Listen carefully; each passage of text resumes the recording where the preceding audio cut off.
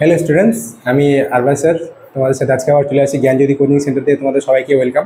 আচ্ছা, তো আমরা অলরেডি আমি ডিসকাস করেছিলাম তোমাদের পেপার ওয়ানে যে ক্লাসিক্যাল অ্যালজেব্রা ছিল সেটা সম্পর্কে। তো আমি ক্লাসিক্যাল অ্যালজেব্রা আজকে একটা নতুন পার্ট নিয়ে আসছি, সেটা হচ্ছে ইউনিট 2-তে আছে তোমাদের।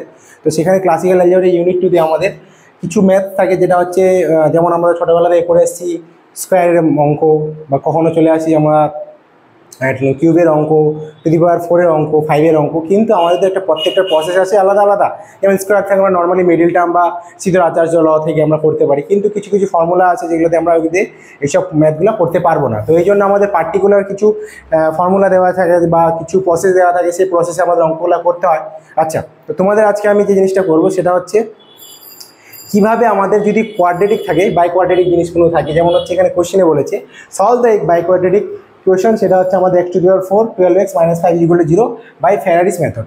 তোমাদের পরীক্ষায় এরকম করে তুলে দিয়ে কোশ্চেন করতেই পারে যে ফ্যারাডিস মেথডে আমাদের অঙ্কটা করতে হবে। ফ্যারাডিস মেথডে অঙ্কটা করতে গেলে আমাদের কীভাবে করতে হবে সেটা আমাদের আজকে প্রসেসে আমি তোমাদের জানাবো, কীভাবে করতে হয় না করতে হয় সেটা প্রসেস তোমাদের সমস্ত কিছু বলে দেবো, কী করলে সুবিধা হবে না করলে সুবিধা হবে।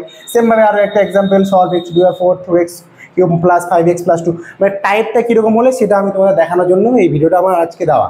টাইপটা হচ্ছে যেমন তুমি দেখতে পাচ্ছ এখানে পাওয়ার কী আছে, 4 আছে। এবার নিশ্চয়ই তুমি এটা নর্মালি মিডিল টার্ম বা কিছু করতে পারবে না, সেই জন্য আমাদের নর্মালি অন্য কিছু ফর্মুলা দিয়ে করতে হবে। সেই ফর্মুলা আমাদের জানতে লাগবে, শিখতে লাগবে।